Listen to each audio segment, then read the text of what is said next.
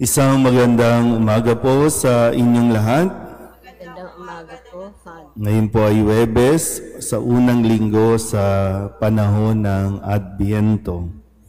Kung ating pong i-evaluate yung ating mga sarili, lalo pa sa inyo po na halos araw-araw nakakapagsimba, gaano po ang sabihin natin, naaalala ninyo sa mga salita ng Diyos na atin pong naririnig sa tuwing tayo po ay nagsisimba. Kung evaluate mo ang iyong sarili, gaano ka nakatibay pagdating dito. Kasi inaasahan sa atin na sa pagdalo sa misa, hindi lang tayo sa mga nagsiserve, hindi lang pupunta para mag-serve, para i-fulfill yung schedule nila sa pagsiserve. Kaya nga lahat tayo dito, mula sa pari hanggang sa mga nagsisimba lang, na ordinaryong nagsisimba, ang pinakamahalaga ay yung may naririnig tayo at inuunawa natin yung napapakinggan natin. Kasi sabi nga ni Kristo, hindi lahat ng tumatawag ng Panginoon, makakarating sa langit. So, ang pundasyon ng ating pananampalataya nasa salita ng Diyos. At yung salita ng Diyos, minsan may mga pagkakataon, hindi natin ito nauunawaan, hindi natin naiintindihan. Pero sa tulong at grasya pa rin ng Diyos, nagiging malinaw, unti-unti, lalo na sa mga panahon na kailangan natin ng kakapitan. So, inaasahan sa atin na nawa tayo din mismo, nag-e-effort tayo. Gumagawa din tayo ng, kumbaga, iba pang paraan para mas lumawak ang ating pangunawa. So, yung pagiging matalino, yung pagiging handa. Kasi may mga pagkakataon na kung sino pa yung mga taong simbahan, yun yung may hina ang loob.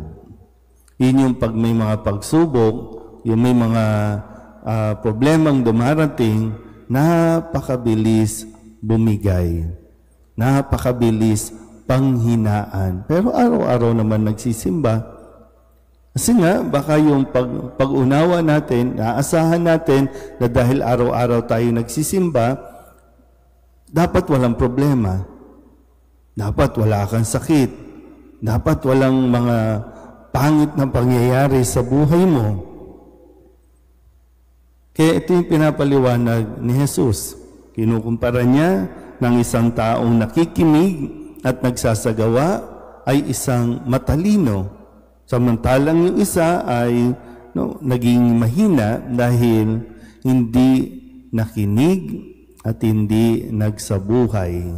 Kaya parang pinaka-basic na kailangan natin kapag dadalo tayo dito, yung marunong tayong makinig. Doon mo nagsisimula, makinig, at kung anong napakinggan mo, yan yung magpapatibay ng iyong pananampalataya. At sa mga pagkakataon na mayroon kang hindi maunawaan na pangyayari sa buhay mo, uhugot ka sa mga salita ni Kristo. Dahil kung pagbabasihan din naman natin, lahat naman naranasan ni Kristo.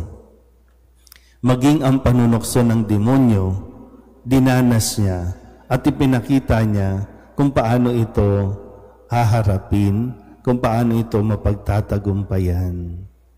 Yung mga basic natin, kung mayroong mga away sa iyo, ano ang dapat mong gawin? Kung may manloloko sa iyo, ano ang dapat mong gawin? Lahat nandiyan dyan. Kaya may mga pagsubok sa buhay natin para makita nga. Para bang pag nag-aaral ka, at the end of school year o semester, titingnan kung may natutunan ka ba. Kaya may mga exams, may mga pagsubok. Naintindihan po ba? Okay, tandaan mabuti. Sinisikap natin una, no, kaming mga nagbabasa dito, kaming mga nagpapahayag, tiyakin na malinaw at naririnig ang salita ng Diyos. Dahil dito nakasalalay din kung ang lahat ba ng pumapasok dito, pag umuwi, pag umalis, may maalala ba sila? So, makikita din naman po sa atin yung epekto na yan sa mga pakikitungo natin sa isa't isa. Amen?